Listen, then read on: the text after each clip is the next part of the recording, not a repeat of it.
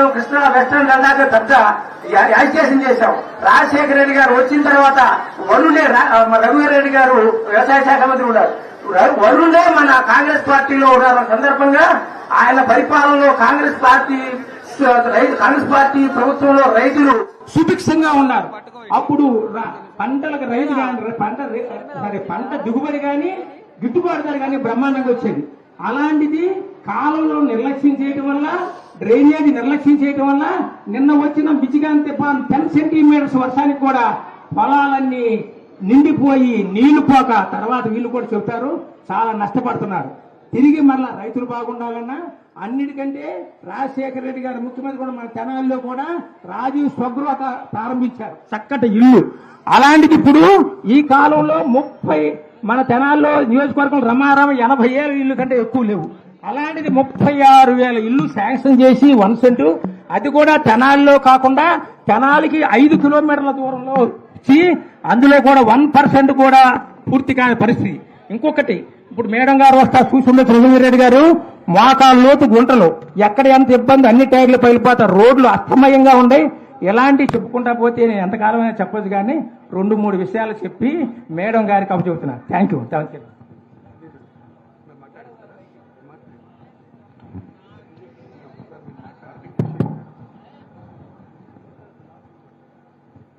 మహాతల్లి మహానాయకుడు బిడ్డ రచ్చబండ అంటే మనందరికీ తెలిసిందే. మహానాయకుడు ఆంధ్ర రాష్ట్ర ప్రజల కళలను పూర్తి చేయటం కోసం, కళల సహకారం కోసం పూర్తిగా గ్రామాల్లో ఉన్నటువంటి ప్రజల యొక్క బాధలు తెలుసుకోవడం కోసం ప్రయాణం చేస్తా ఆంధ్రప్రదేశ్ రాష్ట్ర కాంగ్రెస్ ముఖ్యమంత్రిగా ప్రయాణం చేస్తా కీర్తిశేషులైనటువంటి నాయకుడు.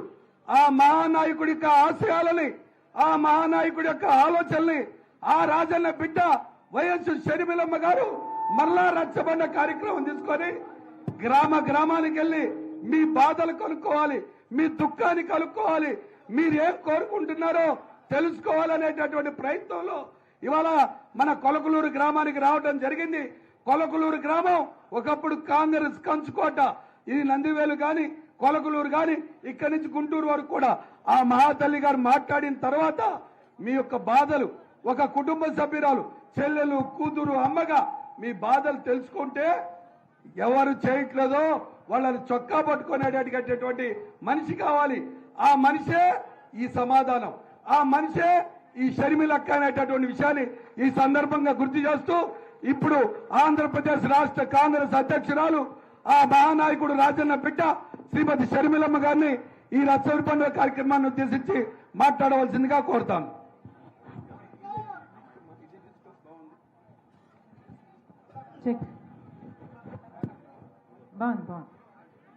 ఏదైనా బాగుంది.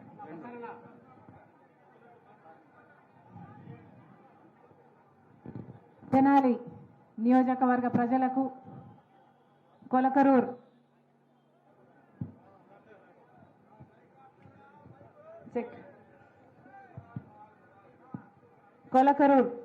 గ్రామస్తులకు, చేరి వచ్చిన ప్రతి అమ్మకు, ప్రతి అక్కకు, ప్రతి చెల్లికి, ప్రతి అయ్యకు, ప్రతి అన్నకు, ప్రతి తమ్ముడికి మీ రాజశేఖర రెడ్డి బిడ్డ శిరస్సు వంచి చేతులు జోడించి మనస్ఫూర్తిగా నమస్కరించుకుంటాం.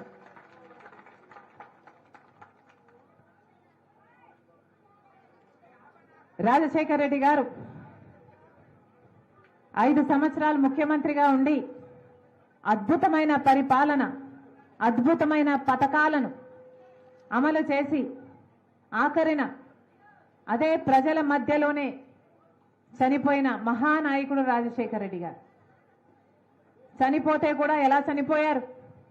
ప్రజల దగ్గరికి వెళ్ళాలని, ఇలాగే మీ అందరూ ఎలాగైతే కూర్చున్నారో అలాగే ఒక రచ్చబండలో ఆయన కూర్చోవాలని, ఆ రచ్చబండలో అమ్మా మీకేదైనా సమస్య ఉందా, అయ్యా నీకేమైనా సమస్య ఉందా, మీకు ఇల్లుందా, మీకు పెన్షన్ ఉందా, మీ బిడ్డలకు ఉద్యోగాలు ఉన్నాయా, ఆరోగ్యశ్రీ అందుతుందా, 108 వస్తుందా, ఇలాంటి అన్ని సమస్యలు కనుక్కోవాలి, నేను అన్ని సమస్యలు పరిష్కరించాలి, ఎన్నో రచ్చబండలు చేయాలి బిడ్డ ఇలాంటివి అని బయలుదేరి వెళ్ళాడు రాజశేఖర రెడ్డి గారు.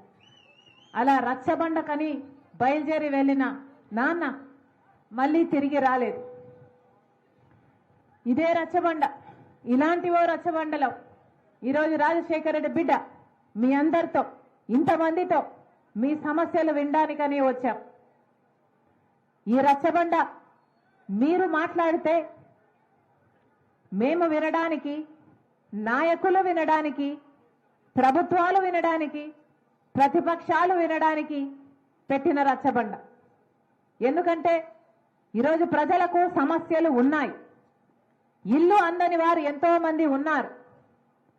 ఉద్యోగాలు రాని బిడ్డలు ఎంతో మంది ఉన్నారు. రైతులకు గిట్టుబాటు ధర రాకుండా, కనీసం పంట నష్టపోతే నష్టపరిహారం రాకుండా ఎంతో మంది రైతులు బాధపడుతున్నారు. ఇలాంటివి ఎన్నో సమస్యలు ప్రజలకు ఉన్నాయి. కానీ ఆ ప్రజల గురించి మీరు మాట్లాడకపోతే, ఆ ప్రజల సమస్యల గురించి ప్రజలు మాట్లాడకపోతే అవి ఎప్పటికీ ప్రపంచం దృష్టికి రావు.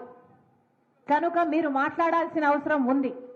మీకు ఏ సమస్యలు ఉన్నాయి, ప్రభుత్వం నుంచి మీకు ఇంకా ఏమి అందాల్సి ఉంది, మీకు మీ బిడ్డలకు మీ కుటుంబాలకు ఏ కష్టం ఉంది, ఇవన్నీ మాట్లాడడానికే, ప్రపంచం వినడానికే మీడియా ద్వారా ప్రపంచమంతా వింటుంది. మీరు మాట్లాడితే మీ సమస్యల గురించి, మీ సమస్యల గురించి మీరు మాట్లాడితేనే ప్రపంచానికి తెలుస్తుంది.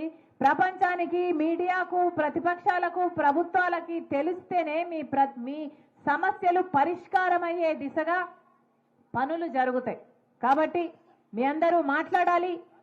ఎవరెవరు మాట్లాడగలరో మీరు చేయెత్తితే మైకు మీ దగ్గరికి వస్తుంది. మీరు మీ సమస్యల గురించి మాట్లాడండి.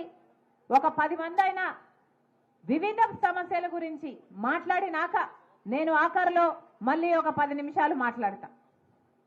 మాట్లాడగలిగిన వాళ్ళు చేయెత్తాలమ్మ. 2 మైకులు తీసుకొని ఫీల్డ్లోకి రా. నువ్వు 2 మైకులు. అమ్మా మీరు ఎవరైనా మాట్లాడుతూ చేతులు ఎత్తండి. పెద్దమ్మ అక్కడికి వెళ్ళి మోస అక్కడికి చేయం. పెద్దమ్మకి కమలక్క ఎక్కడున్నావు?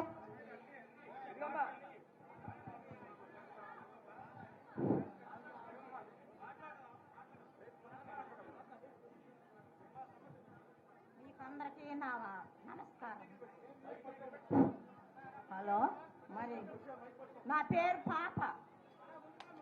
మీరు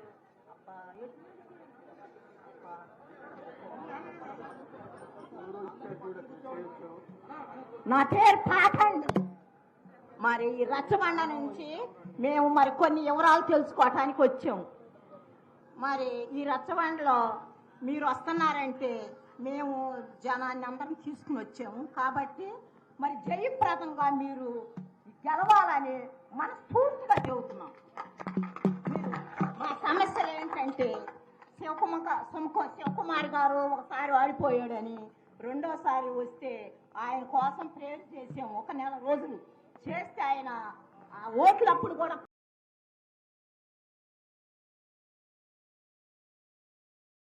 ప్రార్థన చేసాము. ఆయన గెలిచాడు. గెలిచినాక ఇళ్ల తోటలు ఇవ్వమంటే మొన్న రాసుకెళ్ళి పట్టా ఇవ్వాల నాకు ఇస్తామన్నారు. అదొకటి. మరి బియ్యం రేట్లు పెరిగినాయి, మరి పంచదార రేట్లు పెరిగినాయి, పప్పు రేట్లు పెరిగినాయి. పేదలను అల్లాడిపోతున్నాం మేము. మరి ఆ రేట్లు మరి ఎంత మరి కరెంటు బిల్లులు వస్తున్నాయి. ఇంటి పనులు ఎక్కువ వేసారు, మరి నీటి పనులు ఎక్కువ వేసారు. మరి అన్నిటినీ మీకు తెలియపరుస్తున్నాను. మరి మేము మాత్రం అందరము కూడా నిన్ను గెలిపించి జయప్రదంగా నిన్ను మరి గెలవాలని నేను పూర్తిగా మాట్లాడుతున్నాను. నా పేరు పాప. అమ్మా ఎవరైనా మాట్లాడాలి? అమ్మా మీదేవురమ్మా? కొలకొలూరు. భవానీ గారు చేతులు ఎత్తని మాట్లాడాలనుకున్నాడు. హలో,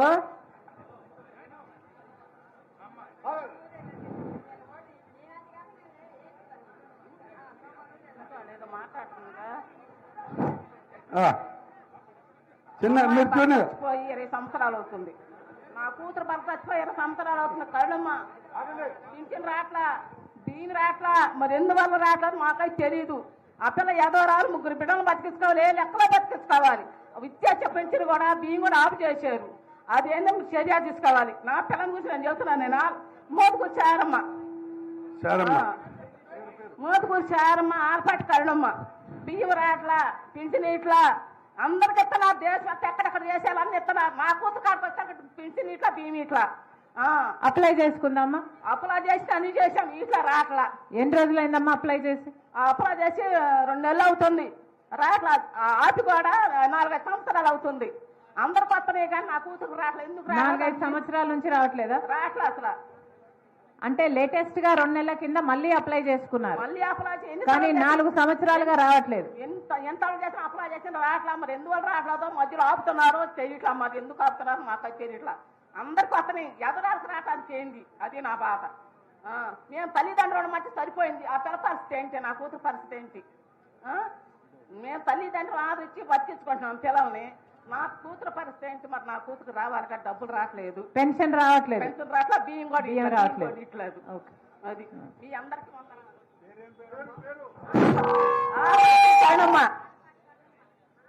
అర్హులైన పెన్షన్లందరికీ పెన్షన్లు వస్తున్నాయమ్మా. అర్హులైన పెన్షన్లందరూ పెన్షన్లు మీకు రావట్లేదన్నా? మీకు పెన్షన్ రావట్లేదు, మీకు రావట్లేదు. మీకమ్మా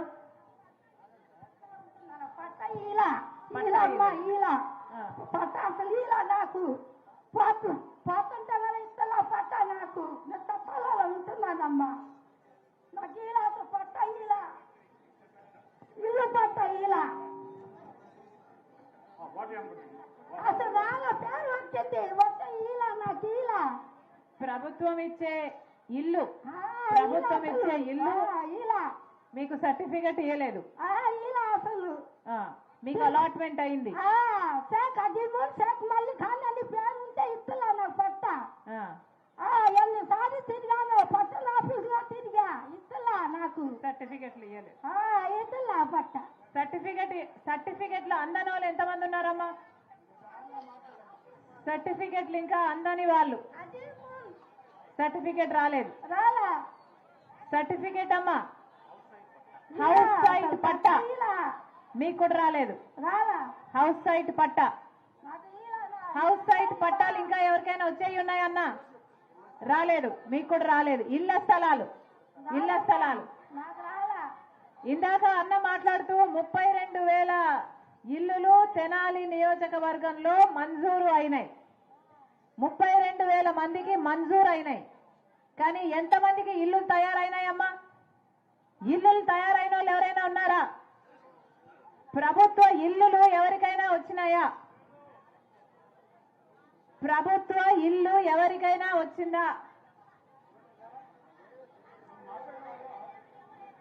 ప్రభుత్వ ఇల్లు ఎవరికైనా తయారై వచ్చిందమ్మా?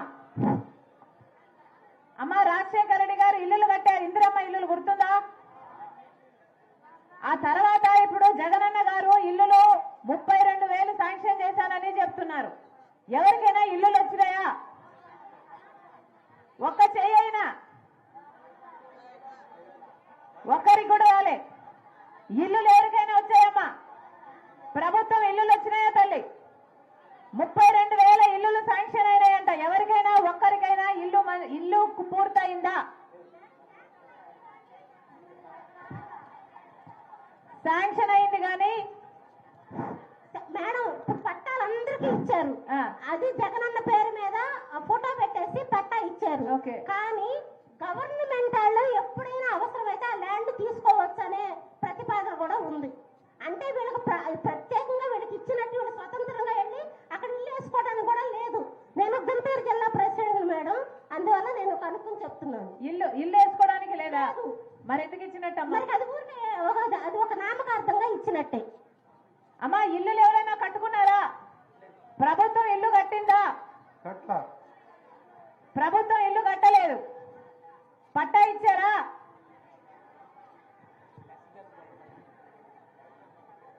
నెక్స్ట్ ఎవరమ్మా?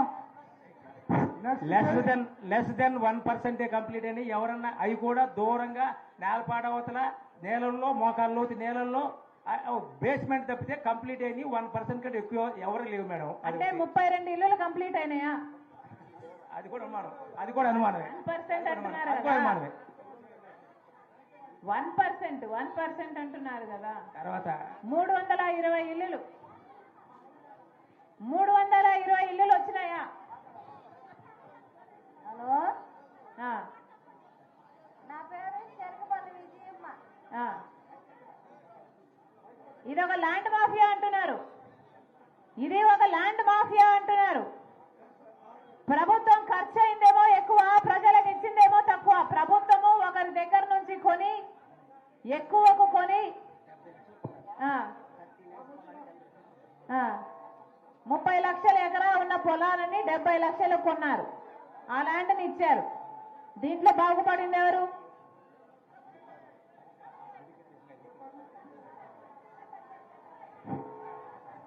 ఆ పెద్ద ఆయన ఏదో మాట్లాడుతున్నారు.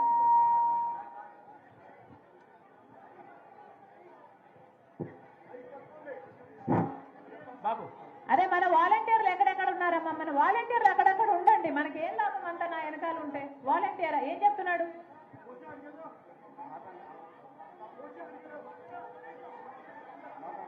సమస్య ఏంటి? హలో అమ్మా, దయచేసి అందరూ నిశ్శబ్దంగా కూర్చుకోండి. మీ అందరి మాటలు వినటానికి శ్రీమతి శర్మల గారు వచ్చారు. దయచేసి అందరు శబ్దం కూర్చుని మాట్లాడే వాళ్ళు మాట్లాడండి. హలో అమ్మా, నిశ్శబ్దంగా ఉండండి. అమ్మా, మైక్ హలో పని చేయట్లేదు. హలో అమ్మా, నమస్కారం, సభకు నమస్కారం అమ్మా. చెప్పన్నా. వైఎస్ రాజశేఖర్ గారి బిడ్డకి శర్మిలారెడ్డి గారికి హృదయపూర్వకంగా నమస్కారాలు. మేము యాదవులం అండి. గుడి నా పేరు నరసింహారావు. మాకు ఉపాధి ఏమీ లేదు. గత రాజశేఖర రెడ్డి పరిపాలనలో ఇంటికి కనీసం 10 ఇళ్ళు అంటే 8 ఇళ్లకైనా ఉపాధి ఇచ్చాడు, గొర్రెలు మేకలు. ఈ 4 ఏళ్ల పరిపాలనలో మాకు ఒక్క యాదవులంటూ అసలు గుర్తున్నారో లేదో కూడా తెలియదు మా ప్రభుత్వానికి. అటువంటి పరిస్థితి మాకు వచ్చిందమ్మా. మేము రోడ్డును పడాల్సిన పరిస్థితి మాకు వచ్చింది. ఇప్పుడు మా పరిస్థితి ఏమిటంటే ఏమీ అధ్వానంగా ఉంది. ఒక ఇళ్ల పట్టాలు లేవు, ఒక ఉపాధి లేదు, ఒక గొర్రె పిల్లలు ఇచ్చిన వారు లేరు, ఒక మేక పిల్లలు ఇచ్చిన వారు లేరు. ఎటువంటి దానికి కూడా మేము నోచుకోవాలా ఈ పరిపాలనలో. అది మా ప్రత్యేక ధన్యవాదాలు మీకు. అది యాదవులంట కనీసం ఈ ప్రభుత్వం నుంచి ఒక్క గొర్రె పిల్ల కూడా రాలేదట.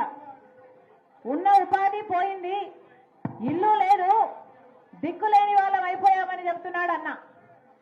ఎవరికైనా ప్రభుత్వం నుంచి గొర్రెలు వచ్చాయమ్మా? ఎవరికైనా ప్రభుత్వం నుంచి గొర్రెలు రాలేదు. ఎవరికైనా ప్రభుత్వం నుంచి గొర్రెలు, మేకలు, ఆవులు, పశువులు ఎవరికైనా వచ్చాయా? ప్రభుత్వం నుంచి ఎవరికి ఏది పశువులు కానీ, గొర్రెలు కానీ, మేకలు కానీ ఎవరికి ఏమైనా వచ్చిన వాళ్ళు ఉంటే చెప్పండి అమ్మా. ఎవరికి రాలేదు, ఎవరికి రాలేదు అన్న. ఎవరికైనా వచ్చినాయా? ఎవరికి రాలేదు. నమస్తే తల్లి. హలో, అందరూ నిశ్శబ్దంగా, దయచేసి నిశ్శబ్దం కూర్చోండి. మేడం గారు చెప్పే వినండి. ఇంతవరకు మాట్లాడిన విషయాలలో కొంతమందికి పెన్షన్ రాలేదు, కొంతమందికి ఇల్లులు, కొంతమందికి కాదు చాలా మందికి అసలు ఇల్లులే రాలేదు. గొర్రెలు, మేకలు, పశువులు కూడా ఎవరికి సహాయం లేదు. అమ్మా మీరు వేరే విషయం అయితే చెప్పండి. హలో, చెప్పమ్మా. హలో, నా పేరు వెంకట సుబ్బమ్మండి. మా ఆయనకి పింఛన్ 4 సంవత్సరాల నుంచి పింఛన్ పెడతానే ఉన్నానండి. పింఛనే రాలేదు. 4 సంవత్సరాల నుంచి పెన్షన్ రావట్లేదు. రాలేదు. ఆయన బయటికి వెళ్ళి పని చేయలేడు. మరి ఆ టీ కొట్టి పెట్టుకున్నాడు. అప్లై చేసుకున్నారు. అప్లై చేశాను, అయినా కానీ రాలేదు. శివకుమార్ సార్ వచ్చారు, ఆయన చెప్పాను పెట్టుకోమన్నారు. అసలు పింఛనే రానిట్లేదండి. రాలేదు, పెన్షన్లు రావట్లేదు. రాలేదు. అంటే 4 సంవత్సరాలుగా కొత్త పెన్షన్లు ఇవ్వట్లేదా? ఇచ్చినా మా ఆయనకు రాలేదండి. ఆయన పింఛన్, ఆయన పని చేయలేడు, బయటికి వెళ్ళలేడు. సంగతి సార్ అని చెప్పాము. పెట్టుకోమ్మ, కరెంటు బిల్లు ఎక్కువ వస్తుంది తగ్గించుకున్నారు. తగ్గించి మళ్ళీ పెట్టాను, అప్లై చేశాను. మళ్ళీ పెట్టినా రాలేదు. ఎన్నిసార్లు అప్లై చేసుకున్నా పెన్షన్ రాలేదు. రాలేదు.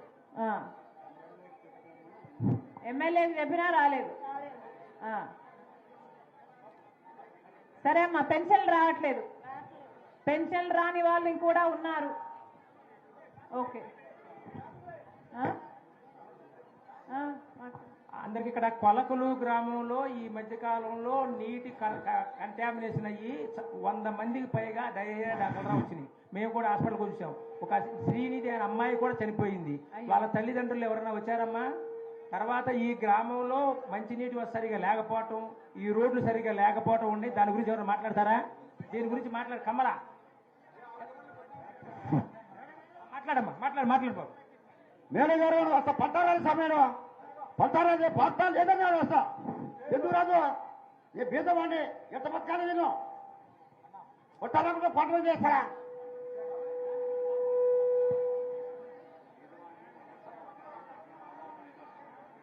పెన్షన్ రావట్లేదా పెద్దయ్య? ఇల్లు లేదు. ఇళ్ల పట్ట రాలేదంట మేడం. ఇల్లు రాలేదు. ఇళ్ల పట్ట ఇళ్ల పట్ట రాలేదు. అవునవును. ఇళ్ల పట్టాలు వచ్చిన వాళ్ళు కూడా ఇల్లు లేదు. రాలేదు. నీకు పట్టాయే రాలేదు. సరే పెద్దయ్య. షేక్ అబ్బాస్ నా పేరు. అన్న మాట్లాడండి. జోహార్ వైఎస్ఆర్, జోహార్ వైఎస్ఆర్, జోహార్ వైఎస్ఆర్, జోహార్. చిన్నకారు రైతుని అన్న మైక్ లో మాట్లాడాలన్న. అమ్మా నాకు ఒక ఎకరం పొలం ఉంది, చిన్నకారు రైతుని. మొన్న జరిగిన డిసెంబర్ 23వ తారీఖు జరిగిన అకాల వర్షాల వల్ల జరిగిన పంట నష్టము నాకు ఇంతవరకు రాలేదమ్మా.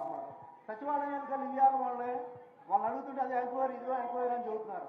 నేను చిన్న ఇల్లు కట్టుకున్నా, ఆ ఇంటికి లోన్ కూడా రాలేదమ్మా. అదమ్మా మీరు రైతు అన్న, రైతుల పరిస్థితి ఎలా ఉంది? అధ్వానంగా ఉందమ్మా. కూరగాయలు కూడా పండిస్తా, కూరగాయలకు కూడా గిట్టుబాటు ధర లేదు. గిట్టుబాటు ధర లేదు. ఒకసారి ముందు వేయాలంటే 3-4 వేల రూపాయలు అవుతుంది. మందేయాలంటే 4,000 రూపాయలు అవుతుంది. అది గిట్టుబాటు అంటూ లేదు. గిట్టుబాటు ధర లేదు. బెండకాయలు వంకాయలు వేస్తామమ్మా. వంకాయలు వచ్చి 200 రూపాయలు కింద 30 కేజీలు చిక్కి, బెండకాయలు 20 కేజీలు వచ్చి 100 రూపాయలు 150 రూపాయలమ్మా. గిట్టుబాటు ధర లేక రైతులు అధ్వాన స్థితిలో ఉన్నారమ్మా. సబ్సిడీ ప్రభుత్వం నుంచి ఏదైనా సబ్సిడీ వస్తుందా? ఇవ్వలేదమ్మా. విత్తనాల మీద సబ్సిడీ లేదు, ఇవ్వాలా, ఏమి ఇవ్వట్లా. డ్రిప్ మీద సబ్సిడీ. మన రాజశేఖర రెడ్డి గారు గవర్నమెంట్ లో అయితే సబ్సిడీ విత్తనాలు ఇచ్చేవాళ్ళు, విత్తనాలు ఇచ్చారు, అన్ని విత్తనాలు ఇచ్చేవాళ్ళమ్మా. నేను ఆదర్శ రైతు కూడా చేశా గవర్నమెంట్ సార్ రాజశేఖర రెడ్డి గారు. ఆ రోజు రైతులు ఆదర్శ రైతా? మీరు ఆదర్శ రైతులమ్మా. చాలా సంతోషంగా ఉన్నాం ఒక రోజులు. ఇవాళ ఎంత అధ్వానంగా ఉన్నామంటే రైతులు చెప్పుకోలేని బాధ, ఎవరితో చెప్పుకోవాలో ఎవరిని అడగాలో కూడా మాకు అంతుపట్టలేదమ్మా. చాలా అధ్వానం ఉంది రైతుల పరిస్థితి. మొన్న వరద వస్తే పంట నష్టపరిహారం రాలేదు. పంట నష్టం ఇవ్వాలా? రాజశేఖర రెడ్డి గారు ఉన్నప్పుడు పంట నష్టపరిహారం ఉండేది. 20 రోజుల్లోనే బ్యాంక్ అకౌంట్ లో పడ్డాయి. 20 రోజులు అకౌంట్ లో పడేది. 20 రోజుల్లోనే చెక్ వచ్చేది. నేను ఆదర్శ రైతు కూడా చెక్కులు కూడా నేను పంచా. 20 రోజుల్లో డబ్బులు ఇచ్చి రైతులు చక్కగా ఉండాలమ్మా. రోజుల్లో ఇప్పుడు పంట బీమా లేదు. పంట బీమా లేదు. పంట బీమా లేదు. ఏం లేదు. కనీసం కాలాలు కూడా సరిగ్గా రావట్లేదమ్మా. ఆయిల్ పెట్టి ఇంజిన్ పెట్టి నీళ్ళు పెట్టాలంటే ఎకరానికి వచ్చి 5,000 రూపాయలు అవుతుంది. ఆ రోజు కాలువలో వర్షాలు చక్కగా సుభిక్షంగా పడాయి. కాలువలు రావట్లేదు, ఏమి రావట్లేదు. ట్యూబులు హద్దులు కట్టాలని 5,000 రూపాయలు నిన్ను తాపంటే 5,000 రూపాయలు అవుతుందమ్మా ఎక్కడ తడపాలని. చాలా అర్థమైన ఉంది మా పరిస్థితి. అదే మా అప్పులైనాయన్నా? అప్పులు ఉన్నాయి. అప్పులు ఉన్నాయి అన్న. మీకేనా రైతులందరికీ అప్పులు ఉన్నాయా? అప్పులు అందరికీ అప్పులు ఉన్నాయి. అప్పులు ఉన్నాయమ్మా. అన్న అప్పులేని రైతు ఉంటాడా? అప్పులేని రైతు ఎవరు ఉన్నా 100 అప్పులు ఉంటాయమ్మా. అన్న అప్పులేని రైతు ఉంటాడా? లేడు. అప్పులేని రైతు ఉన్నాడా అన్న? అప్పులేని రైతు లేడు. వ్యవసాయం నాది బాగుంది అని ఎవరైనా చెప్పగలరా అన్న?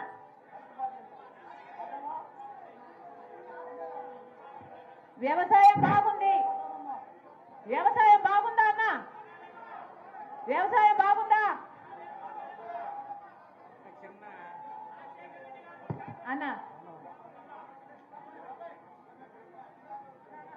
హలో శర్మిల గారు, నమస్కారం అండి. నమస్తే అన్న. ఈ ఊరు సమస్య కాలువలండి. ఈ ఊరు సమస్య కాలువలు. 3 ఊళ్ళు, వడ్లమూడి దగ్గర నుంచి, వడ్లపూడి దగ్గర నుంచి తంగలమూడి వరకు నీళ్ళ సమస్య అండి. ఈ ఊరికి అన్ని బాగానే ఉన్నాయి. నీళ్ళ సమస్య, డొంకల రహదారులు ఇబ్బందిగా ఉన్నాం. అసలు పొలానికి ఎంతో ఇబ్బందిగా ఉందండి. రైతుల సమస్య ఈ నీళ్లు, డొంకలు. ఈ డొంకలు ఏ ప్రభుత్వం వచ్చినా పట్టించుకోవట్లేదండి. 3 కిలోమీటర్ల దూరం ఉందండి. పంట కూడా నీళ్లు ఎకరానికి రావట్లేదు. 3-4 వేలు ఖర్చు పెట్టుకొని కాలువలో పనులు జరగలేదు, కాలంలో పనులు కాలువలో పనులు జరగలేదు అంటున్నారన్న. ఈ ఊరు సమస్య మెయిన్ సమస్య అండి ఇది. నిజమేనా? కాలువలో పనులు జరగలేదు, ఊరికి అందరికీ నీళ్ల సమస్య కావాలి. ఉంది, నీళ్లు సమస్య, రహదారుల సమస్య, రోడ్ల రోడ్ల సమస్య, డొంకల సమస్య, ఈ ఊరికి అన్ని ఉన్నాయండి. ఈ సమస్య రైతులకు ఇబ్బందిగా ఉందండి. ఈ సమస్య మాత్రం మీరు గుర్తు పెట్టుకొని మిమ్మల్ని గెలిపించే ప్రార్థిస్తామండి. మా వైఎస్ రాజశేఖర రెడ్డి ఉండగా కూడా ఏమి పోకపోయినా మాకు 5,000 కూడా ఇచ్చారండి. ఏమి పోకపోయినా కూడా ఆ రోజుల్లో రుణమాఫీ అవసరం లేకపోతే 5,000 అదనంగా ఇచ్చారు. అవసరం లేకపోయినా మీకేం పోకపోయినా కూడా ఆ రైతుని ఇబ్బంది పడకుండా ఆయనకు కూడా పోని రైతుకు కూడా 5,000 ఇచ్చాండి. నేను తీసుకున్న రోజులు ఉన్నాయి. కనీసం పంట నష్ట బీమా కూడా లేదు. పోయినా కూడా ఇప్పుడు ఏమీ పట్టించుకోవట్లేదు. ఈ ఊరి సమస్య 2 సమస్యలండి. కాలువలో నీళ్లు సమస్య, రోడ్లు, డొంకలు. ఏ ప్రభుత్వం వచ్చినా 20 సంవత్సరాల నుంచి ఏమి డొంక పట్టించుకోవట్లేదండి. ఇది సమస్య, మెయిన్ సమస్య ఊరికి. మీరు గుర్తు పెట్టుకొని రాసుకోండి.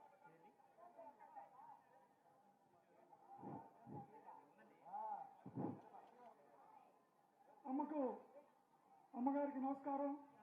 ఈ రోజున మరి మేము రాజన్న బిడ్డ కింద 30 సంవత్సరాల నుంచి పనిచేస్తూ ఉంటాం. మరి ఆ రోజుల్లో ఆ చివరి పెద్ద ఆయన గారు కూర్చొని ఉన్నారు, వ్యవసాయ శాఖ మినిస్టర్ గారుగా. ఫోటో గుర్తుపట్టాం. 400 రూపాయలు ఉండే ఒట్లు ధాన్యం ఆ పెద్ద ఆయన గారి ప్రభుత్వంలో, రాజన్న గారి ప్రభుత్వం ఎక్కగానే 900 రూపాయలు అయింది. ప్రభుత్వం మారిన తర్వాత అదే ఒట్లు 700 రూపాయలు వచ్చినాయి. ప్రస్తుతం 1800-1900 రూపాయలు కూడా మేము అమ్ముకుంటున్నాం. కానీ ఈ రోజున ఈ రాజన్న బిడ్డ 11,000 జనాభా కలిగినటువంటి ఈ ప్రాంతానికి ఈ పరిస్థితుల్లో వస్తుందని మేము ఏమాత్రం కూడా అనుకోలేదు. నేడ పోయినటువంటి గొడుగు కింద చేరి గ్రామంకి వచ్చి ఉన్నారు. పెద్దల రామచంద్రరావు గారు కూడా ఇటు వెళ్ళి ఉన్నారు. ఎంతో గుండె ధైర్యం నిక్కాణించి ఉండి ఎవరో అమ్మ రాజు ఇలాంటి పేర్లు మర్చిపోయి రాజన్న గారు ఒక పార్టీ, ఈ గుర్తు పార్టీ అంటే రాజన్న అనే స్థాయికి అలాంటి వారి యొక్క దిశలో తీసుకొని ఎంతో అభివృద్ధి చేసి ఉన్నారు. అలాంటి ఈ పార్టీ రైతు బ్రహ్మాండంగా ఉంది. మీరు ఇక్కడ నుంచి 500 మీటర్ల ప్రయాణం చేస్తే ఇళ్ళు కట్టిన ఇళ్ళు చూడొచ్చు, ఎన్ని ఇళ్ళు నిర్మాణం అయినవి వారు చూడొచ్చు. ఇదంతా కూడా మీ యొక్క ఆత్మవిశ్వాసం, మీ గుండె ధైర్యం, మీ కుటుంబం రాజారెడ్డి తాత రాజన్న ఆ పేరుకి తర్వాత వేరు. మీరు ఒక గుండె లాంటి వాళ్ళు. కానీ అలాంటి వాళ్ళు ఇలాంటి పరిస్థితులు ఇక్కడికి ఇలా వస్తారని మేము అనుకోలేదు. రైతు పరిస్థితి పెద్ద ఆయన చెప్పి ఉన్నారు.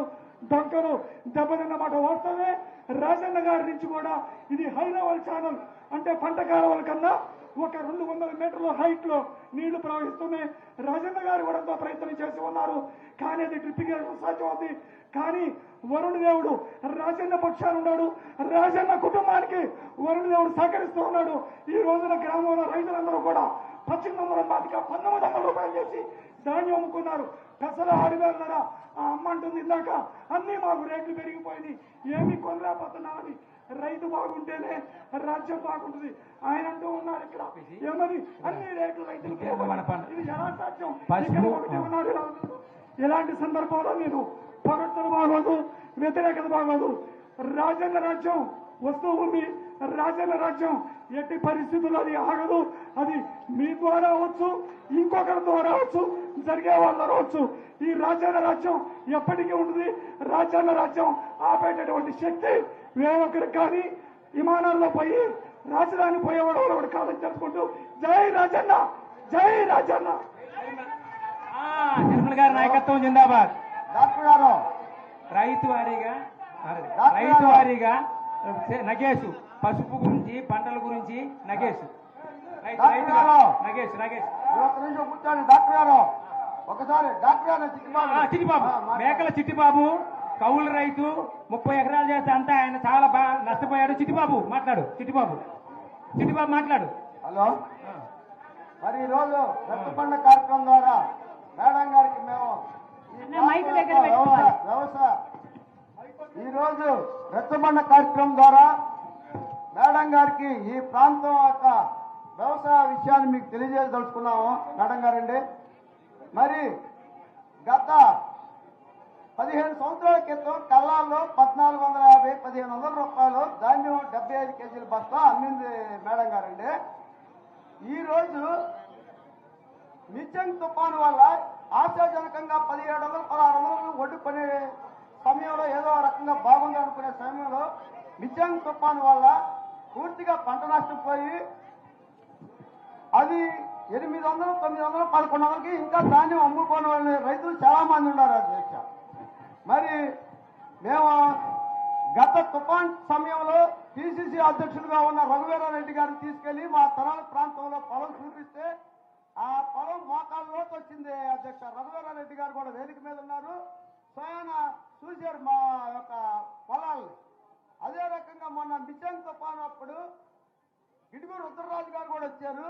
అరే ఇదేమి పొలం ఎట్టయిపోయింది, ఈ రైతు బతుకుతాడా చచ్చిపోతాడా అని చెప్పి ఆయన కూడా చాలా హృదయ సంకోచంతో ఇదైపోయారు.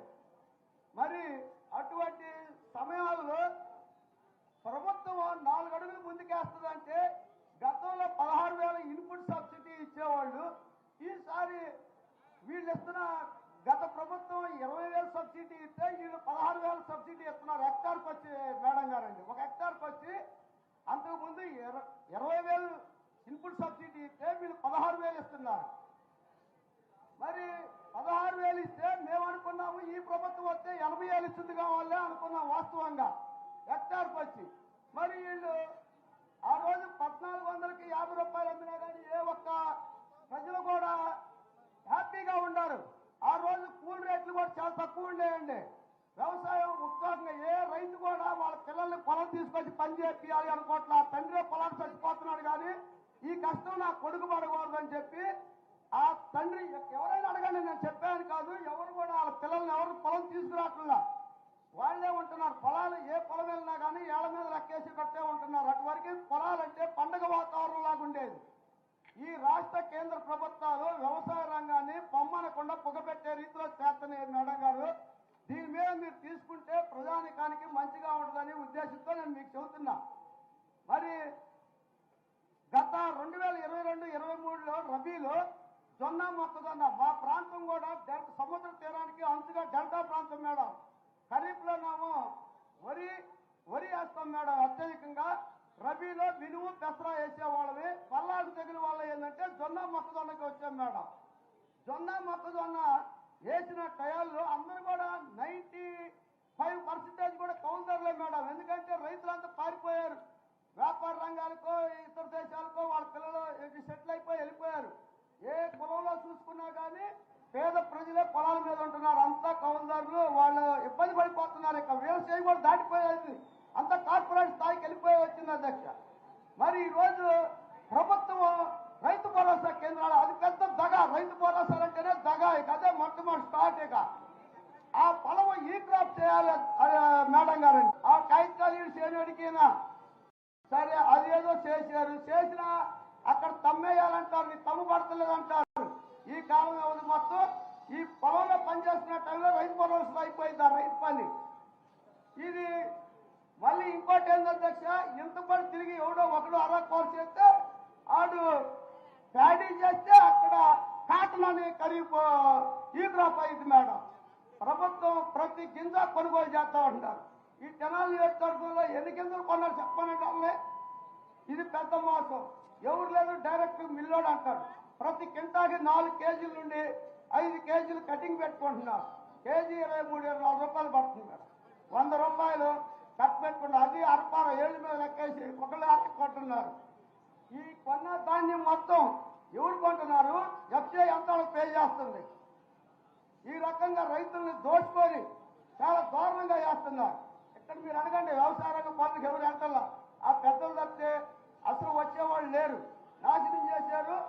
గతంలో జొన్న నష్టపోయిన పరిహారం ఇవ్వలేదు. నేను కమిషనర్ రేట్కి వెళ్ళా, అయ్యా మీ పోస్టార్ రిజిస్ట్రీలో ఉంది, వాళ్ళు ఇది మార్కెట్ ఫండ్ వాళ్ళు ఇవ్వాలి, ఫైల్ ఆడమన్నారు. తిరిగి ఆ ఫైల్ నుండి కమిషనర్ రేట్కి తీసుకొచ్చారు. కమిషనర్ రేట్కి తీసుకొస్తే ఐఏఎస్ ఆఫీసర్ చెరుపూరి హరికిరణ్ గారు నేను జగన్మోహన్ రెడ్డి గారు ముఖ్యమంత్రి గారితో మాట్లాడాను. మీకు కమిషనర్ గారు నేను ముఖ్యమంత్రి గారితో మాట్లాడాను. మనం ఇన్ని కోట్లు ఇచ్చండి, అది కూడా ఇవ్వండి అని అన్నారు. సరే, అది అయిపోయింది, అది ఇవ్వాలా ఇంతవరకు.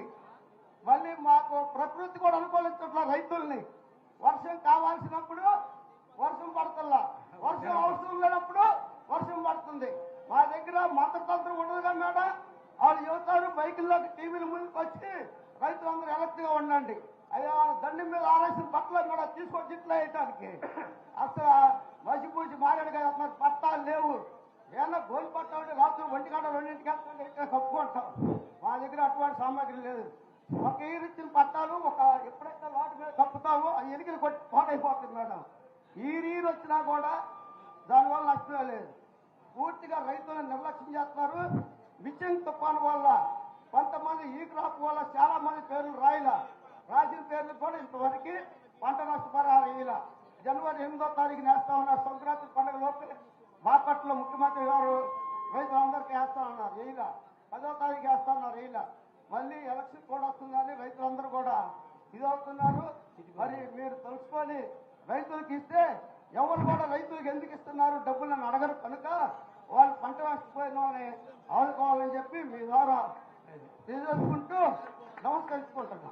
సార్ నేను లిటిల్ బిట్ సమరైజ్. నగేష్ నువ్వు కూడా రైతుల మీద చెప్తే రైతుల మీద మాట్లాడు.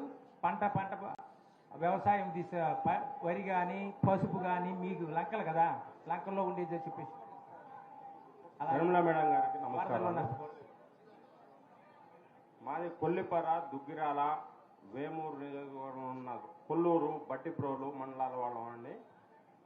మా మండలాల్లో ఎక్కువగా కమర్షియల్ క్రాప్స్ చేస్తామండి. అరటి తోటలు, పసుపు తోటలు, మొక్కజొన్న, కంద అట్లాంటి పంటలు. పసుపు తోటకి దగ్గర సంవత్సరానికి పంట వస్తుందండి. ఆ పంటకి 2 లక్షల దాకా ఖర్చు పెడతామమ్మా. ఆ పంట వరదల వలన కానీ ఏ విధంగా నష్టపోయినా సరే ఇంతవరకు నష్టపరిహారాలు అనేవి రావట్లేదండి. దానికి ఈ మన మస్తాన్ అలీ గారు, జేడీ సేలం గారు, మా పెద్దలు వాళ్ళందరూ వచ్చి చూశారు. కలెక్టర్స్ దగ్గరికి తీసుకెళ్లారు మా రైతుల్ని. వాళ్ళు కూడా కలెక్టర్స్ మెమోరాండమ్స్ అవి ఇచ్చారు. అయినా కూడా ఉపయోగం లేదండి.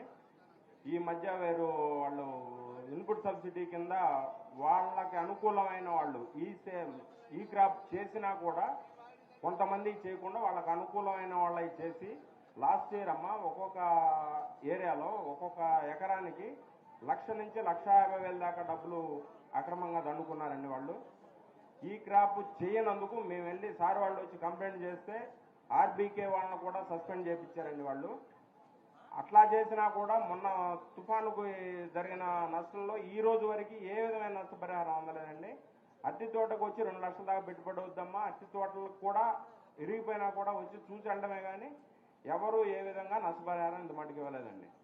2008-9 వరదల్లో కాంగ్రెస్ గవర్నమెంట్లో రుణమాఫీ చేసింది తప్పితే రైతులకి ఆ తరువాత ఏ విధమైన మేలు, ఏ విధమైన మంచి కార్యక్రమాలు జరగలేదండి. ఇవన్నీ దృష్టి చేసుకున్నాం. Just summarising madam. మీకు రైతు కాంగ్రెస్ ఇంకెవరు భవన నిర్మాణ దీని మీద మేడం పేరు చెప్పమ్మా.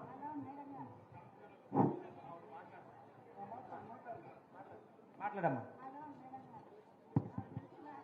అమ్మ మైక్ దగ్గర పెట్టుకోవాలమ్మా.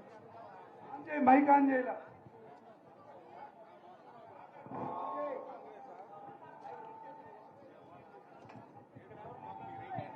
హలో మేడం గారు, నాకు రావట్లేదండి. 4 సంవత్సరాలను బట్టి పెన్షన్ రావట్లేదు. అది పేరు తేడా పడిందండి. అప్లై చేసుకున్నారు? పేరు తేడా పడింది. సాంబశివరావు అయితే వెంకటరావు అని పెట్టారండి. నాకు భర్త ఉన్నాడని పెట్టారు. 4 ఎకరాల పొలం మాట్లాడలేదు. నాకు ఏమీ లేదు. 4 సంవత్సరాలు బట్టి రావట్లేదండి. తేడా పడింది. పెద్ద దుర్గా. ఇందాక ఒక అన్న మాట్లాడతానన్నాడు. నా పేరు రాజలక్ష్మి. తెనాల నుంచి వస్తున్నాము. రోడ్డు అంతా గుంతలమయంగా ఉంది. అక్కడ నుంచి ఇక్కడికి రావడానికి ఇంత టైం పట్టింది. చూడండి, రోడ్లు అసలు బాగాలేవు. బస్సులు తిరుగుతున్నాయమ్మా? బస్సులు తిరుగు లేదు, టైం పట్టింది. ఇబ్బందిగా బస్సులు ఉంది బాగా. కదమ్మా, రోడ్లు బాగాలేకపోతే బస్సులు తగ్గాయా? బస్సులు అలాగే తిరుగుతున్నాయా? అలానే తిరుగుతున్నాయి. యాక్సిడెంట్లు అవుతా ఉన్నాయి కానీ పట్టించుకునే వాళ్ళు లేరు. పడిపోతున్నాయి, ఆటోలు యాక్సిడెంట్లు అవుతున్నాయి. యాక్సిడెంట్లు అవుతున్నాయి అయినా పట్టించుకునే వాళ్ళు లేరు. పట్టించుకునే వాళ్ళు లేరు. రోడ్లనే ఉన్నాయమ్మా, రోడ్లు బాగాలేవు. రోడ్లు రోడ్లు లేదు, చాలా రోడ్లు బాగలేవు. స్కూల్ పిల్లల ఆటోలు కానీ పడిపోతున్నాయి. ఆ?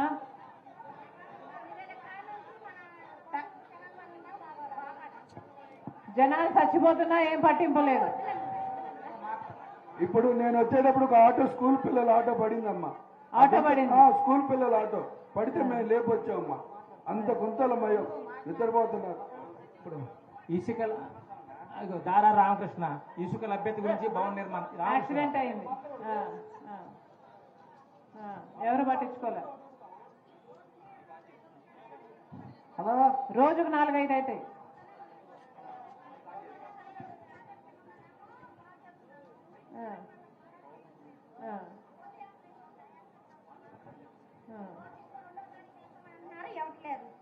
ఓకే. అదే అదే ఓకే. ఇవ్వలేదు, ఇల్లు రాలేదు, పట్టా.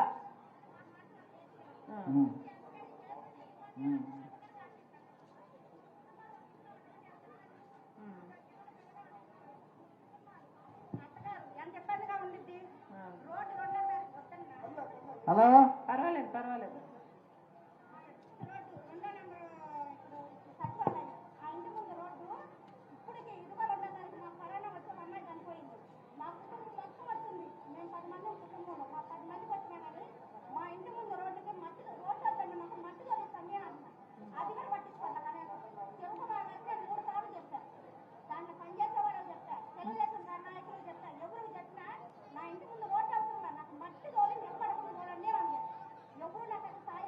మూడు కుటుంబాలు ఒకటే ఇంట్లో ఉంటున్నాయి.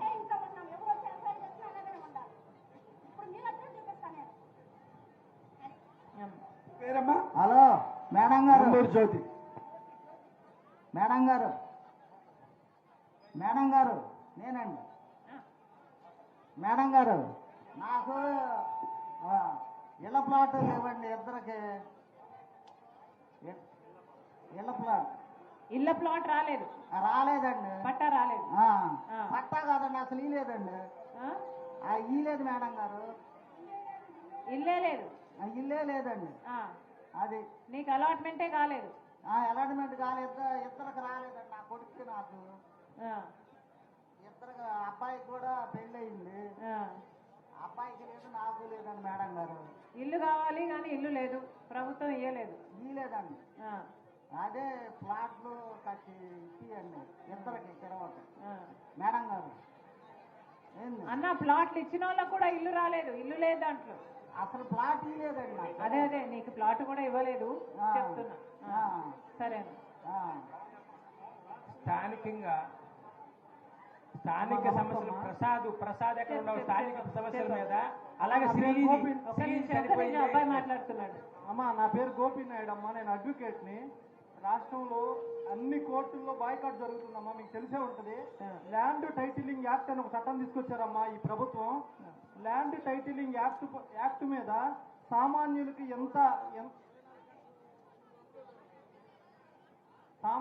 ఎంత ఇబ్బంది జరుగుతుందంటే ఇంకా సామాన్యుల్లోకి రాలేదమ్మా ల్యాండ్ టైటిలింగ్ యాక్ట్.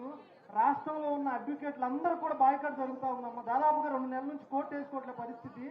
ఈ ల్యాండ్ టైటిలింగ్ యాక్ట్కి ఒక కమిటీని ఏర్పాటు చేస్తారమ్మా. యాక్చువల్గా సివిల్ మ్యాటర్ సిపిసి ప్రకారం కానీ, ఈ ట్రాన్స్ఫర్ ఆఫ్ ప్రాపర్టీ యాక్ట్ ప్రకారం కానీ సివిల్ డిస్ప్యూట్స్ వచ్చేది కోర్టు పరిష్కరిస్తాయమ్మా. కానీ ఈ ప్రభుత్వం కోర్టు పరిష్కరిస్తే ఎక్కువ సమయం అవుతుంది, కోర్టుకు వచ్చిన మ్యాటర్లు ఎక్కువ అవుతుంది అని ల్యాండ్ టైటిలింగ్ యాక్ట్ అని ఒక చట్టాన్ని తీసుకొచ్చారమ్మా. ఆ చట్టం ప్రకారం ఏ గ్రామంలో అయినా సరే, ఏ మండలంలో అయినా సరే ఒక కమిటీని ఏర్పాటు చేస్తారంట. ఆ డిస్ప్యూట్ని ఆ కమిటీ రిజాల్వ్ చేస్తుందంట ఈ చట్టం ప్రకారం. ఇప్పుడున్న పరిస్థితుల్లో ఈ మామూలుగా ఏదైతే రెవెన్యూ డిపార్ట్మెంట్ కానీ మిగతా ఏ డిపార్ట్మెంట్లు అయినా ఎవరి కింద పనిచేస్తున్నాయమ్మా?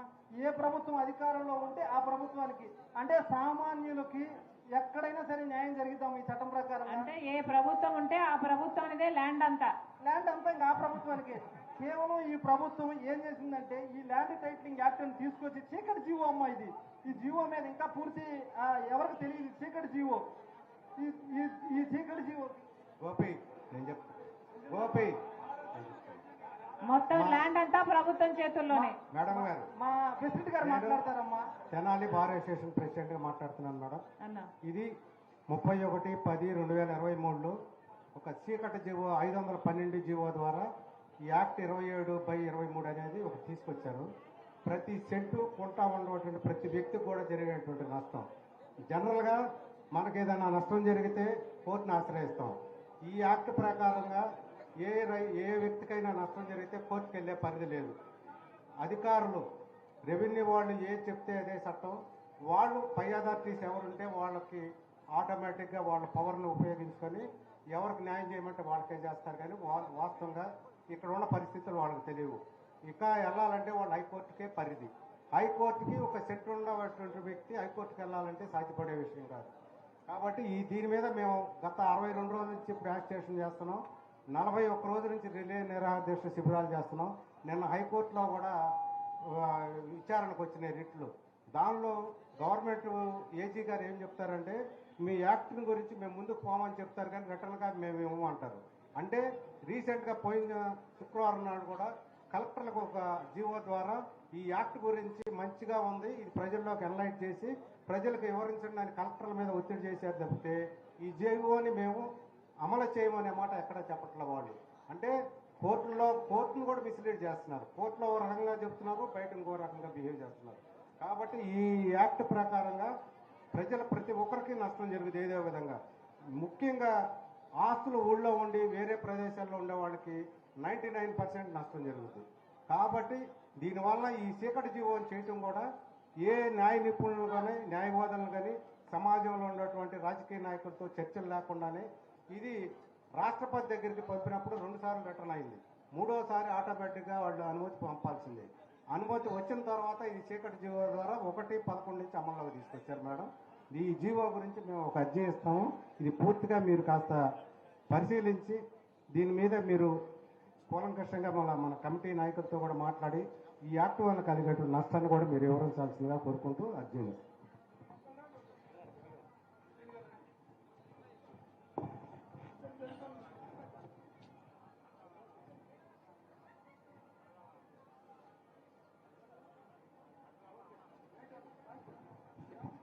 థ్యాంక్ యూ వేణుగోపాలరావు గారు, ప్రెసిడెంట్ భారత. నమస్తే అమ్మా. ఇప్పుడు భవన నిర్మాణం గురించి దార రామకృష్ణ మాట్లాడు. దార రామకృష్ణ అమ్మా నమస్తే అమ్మా. అమ్మా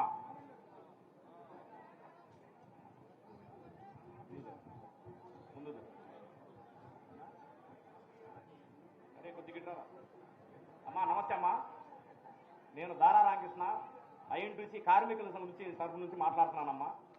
భవన నిర్మాణ కార్మికులు, భవన నిర్మాణం జరుగుతున్నటువంటి వర్కర్స్ ఎక్కువ మంది కూడా ఎస్సీ, ఎస్టీ, బీసీ మైనార్టీలేనమ్మా.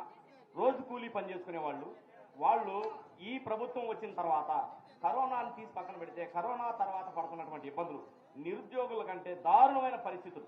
రోజు కూలీ పని చేసుకోవడానికి పని దొరక్క ఇసుక రేట్లు పెరిగి, అన్ని రేట్లు పెరిగి, ఇనుము, ఇసుక, సిమెంటు అన్ని నిర్మాణ రంగంలో ఉన్నట్టు అన్ని పెరిగి వాళ్ళు పస్తులుండి ఆత్మహత్యలు చేసుకున్న పరిస్థితులు కూడా ఉన్నాయమ్మా. తెనాలి నియోజకవర్గంలో కూడా కొంతమందిని ఆత్మహత్య చేసుకుంటే ఈ నియోజకవర్గ ప్రాంతంలో ఉన్న యూనియన్ నాయకులు వెళ్ళి వాళ్ళందరినీ పరామర్శించి వచ్చారు.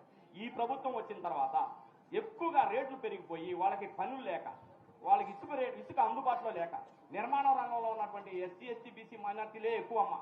దాంట్లో కూలీలుగా పనిచేసే వాళ్ళు కానీ, పనులు చేసుకునే వాళ్ళు కానీ, టాపీ మేస్త్రులు కానీ, టాపీ కూలీలు కానీ ఎక్కువ మంది కూడా ఎస్సీ, ఎస్టీ, బీసీ మైనార్టీలేనమ్మా.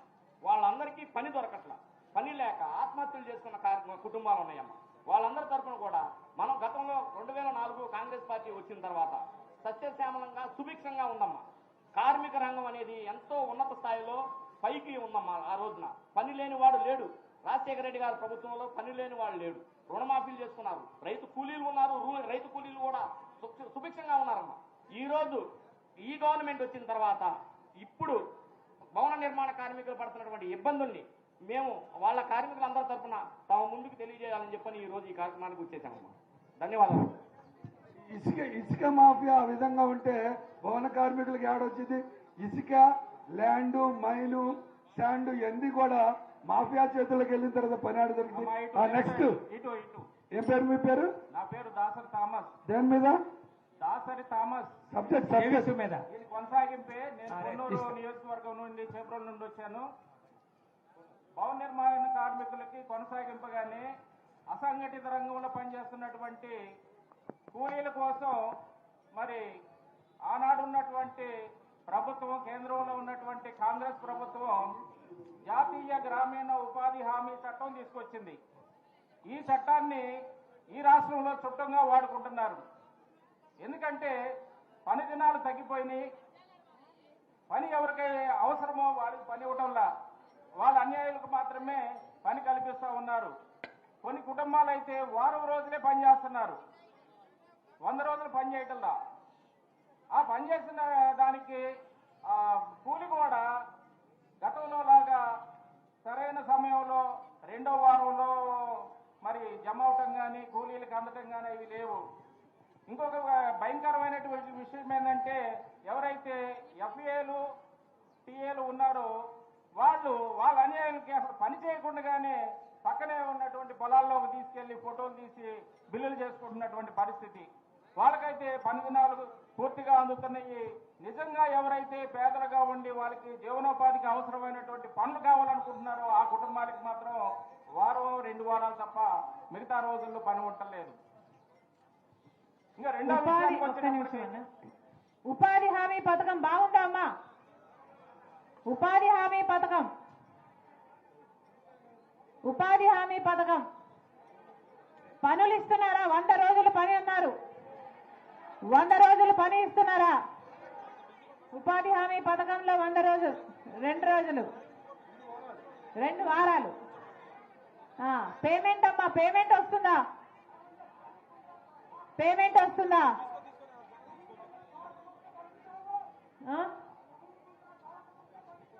అమ్మా శివకుమార్ అమ్మా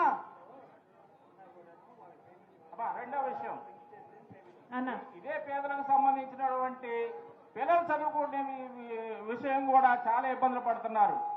అమ్మఒడి ఉన్నది, అమ్మఒడిలో కుటుంబానికి ఒకరికే ఇస్తున్నారు. అది 15,000 అన్నారు, 12,000 ఇస్తున్నారు. అందులోనూ కరెంటు బిల్లు 200 యూనిట్లు దాటిందనే పేరుతో అది కూడా కట్ చేస్తా ఉన్నారు. ఫీజు రియంబర్స్మెంట్ లేవు. పిల్లలు చదువుకోవాలంటే ఫీజు రియంబర్స్మెంట్ ఉంటేనే పిల్లలు చదువుకోవడానికి అవకాశం ఉంటుంది. సంక్షేమ హాస్టల్లో మూసివేశారు. నూతన విద్యా విధానంలో కొన్ని స్కూళ్లు మూసేశారు. పిల్లల చదువు మీద ఏదైతే మూలాలు ఉన్నాయో ఆ మూలాల మీద, పేదల యొక్క మూలాల మీద దెబ్బ కొట్టే విధంగా ఈ కేంద్ర రాష్ట్ర ప్రభుత్వాలు పనిచేస్తున్నాయమ్మా. అంతేకాకుండా ఈ పేదల కోసం పనిచేస్తున్నటువంటి స్వచ్ఛంద సంస్థలు ఏవైతే ఉన్నాయో ఆ సంస్థలకి ఎఫ్సిఆర్ఏను కూడా రద్దు చేశారు. ఎఫ్సిఆర్ఏను రద్దు చేసి ఈ పేద ప్రజలు ఎవరైతే ఉన్నారో డీడీ పీపుల్ వాళ్ళకి మరి అవేర్నెస్ ప్రోగ్రామ్స్ కానీ లేదా ఇతర సహాయాలు కానీ అందించే దానికోసం ప్రయత్నం చేసే సంఘాలకు కూడా మరి ఎన్జిఓస్ కూడా ఏ రకమైనటువంటి అవకాశం లేకుండా మరి ఎఫ్సిఆర్ఏలు రద్దు చేయటం, వాళ్ళని ఇబ్బంది పెట్టడం, ఈ రకమైనటువంటి పరిస్థితుల్లో కేంద్ర ప్రభుత్వం కూడా చేస్తా ఉన్నది. ఈ మూడింటిని కూడా మీ దృష్టికి తీసుకొస్తా ఉన్నాము. Thank you. శివకుమార్ కూడా ఏమన్నా జాబ్ వాలంటీర్ ఇచ్చారమ్మా, ఒక్క ఉద్యోగం కూడా ఇవ్వలేదమ్మా. చెప్పడానికి మాత్రం ఇదిగోమ్మా ఇదిగోండి వస్తుంది అంటున్నారు, జాబ్ మాత్రం అసలు రావట్లేదు. ప్లస్ ఇంట్లో కాడ చెత్త మీద పన్ను మామూలుగా లేదమ్మా, వాళ్ళు ఇష్టం వచ్చినట్టు వేసేస్తున్నారు. చెత్త మీద పన్ను వాలంటీర్లు వచ్చి అంటే ఇంట్లో వాళ్ళు గొడవలు కూడా చేస్తున్నారమ్మా.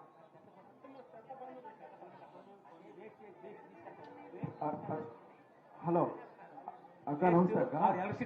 ఎలక్ట్రిసిటీ మీద డాక్టర్ గారు నేను సురేష్ నాయర్ మాట్లాడుతున్నాను. కానీ అక్క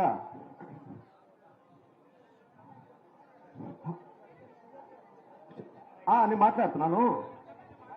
ఈ రోజున మరి రచ్చబండ కార్యక్రమానికి ఇచ్చేసినటువంటి ఈ రాష్ట్ర కాంగ్రెస్ పార్టీ పిసిసి అధ్యక్షుడైనటువంటి మహానేత శ్రీ వైఎస్ రాజశేఖర రెడ్డి గారి తనయ మరి మన తెనాలి నియోజకవర్గానికి విచ్చేసినటువంటి సందర్భంగా వారికి ఆర్థిక ధన్యవాదాలు తెలియజేసుకుంటూ ఒక చిన్న విన్నపం ఏంటంటే అక్క, ఈ రోజున ఈ రాష్ట్ర ప్రభుత్వం ఈ భారతదేశంలో నేను ఒక లారీగా పనిచేస్తా ఉన్నా, ఒక ఖచ్చితంగా ఒక నిర్దిష్టంగా డబ్బులు ఇచ్చి ఒక లెక్కర్తో ఎంతో మంది ఉసురు ఈ రాష్ట్ర ప్రభుత్వం పోసుకుంటుంది. భారతదేశంలో ఏ రాష్ట్రంలో ఎక్కడా లేదు, ఈ ఒక్క రాష్ట్రంలో ఉంది. ఆన్లైన్ పేమెంట్లు ఉండవు.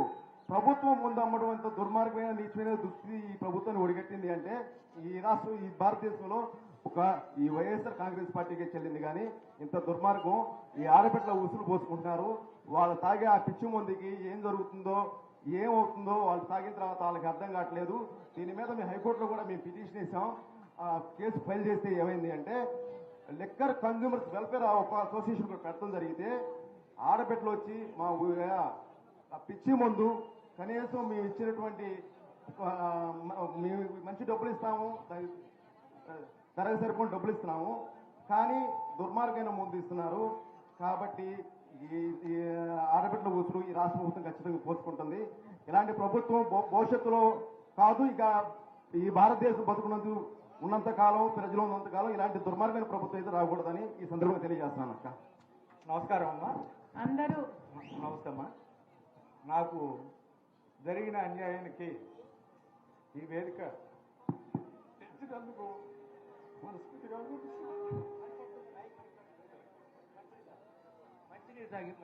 నేను ఒక కళాకారుణ్ణి. 40 సంవత్సరాల నుంచి కూడా కళాసేవ, అటు వాసి క్లబ్స్, వాసవి సేవా సమితిలో మన శశి గారు ఉన్నారు, వీళ్ళతో పాటే ఉండేవాడిని ఎక్కువ. ఒక్కొక్కసారి రోసీ గారు వచ్చినప్పుడు కూడా అన్ని పార్టీ వాళ్ళని పిలిచి ఈ తెనాలి ఏరియాకి ఏం చేయాలని మా దగ్గర తీసుకుంటా ఉండేవాడు. ఏదైనా సలహాలు, సంప్రదింపులు నవ్విస్తూ ఉండేవాడు. రాజశేఖర రెడ్డి గారు చేసిన పనులు, ఆయన ఎంత స్పీడ్గా వెళ్తారని మేమంతా నవ్వుకుంటా ఉండేవాళ్ళం. అన్ని పార్టీల వాళ్ళని పిలిచేవాడమ్మ. ఇదే విడ్డూరం 46 సంవత్సరాల క్రితం మాకు చౌకదల దుకాణం ఉందమ్మ. ఇది నా వ్యక్తిగతం కోసం చెప్పుకునే విధానం కాదు, నేను వదిలేశాను. కాకపోతే ఏంటంటే ఈ రచ్చబండ అనే కార్యక్రమం, ఇట్లాంటి కార్యక్రమం నాకు తగిలితే నేను గట్టిగా నిక్కచ్చిగా మాట్లాడతా, దాంట్లో డౌటే లేదు. 46 సంవత్సరాలు జనతా పార్టీ గవర్నమెంట్లో మోహన్ దారి అనేటువంటి మంత్రి గారు మాకు చౌకదల దుకాణం కేటాయించారు. వారి చేతుల మీదుగానే మేము ఈ గ్రామంలో చౌకదల దుకాణాన్ని 46 సంవత్సరాలుగా దిగ్విజయంగా ఎక్కడా కూడా ఒక్క మాట అనిపించుకోకుండా కూడా ఆ ప్రజా పంపిణీ వ్యవస్థని ముందుకు తీసుకెళ్ళాము. ఈ గ్రామంలో ఇప్పుడు ఎలా అయిందంటే ఎంపీటీసీలు ఏది చెబితేది ఒక 3 చౌకటి పోల్ని ఈ గ్రామంలో తీసేశారు. అందులో భాగంగా నాది కూడా. నా మనస్తత్వం ఎలాంటిదంటే నేను కళాకారుల పెన్షన్ని అందరికీ ఇప్పించా. ఈ గ్రామంలో డబ్బు కళాకారులు ఉన్నారు, నేను తిరిగి నా అప్లికేషన్ నేను చించేసుకున్నా.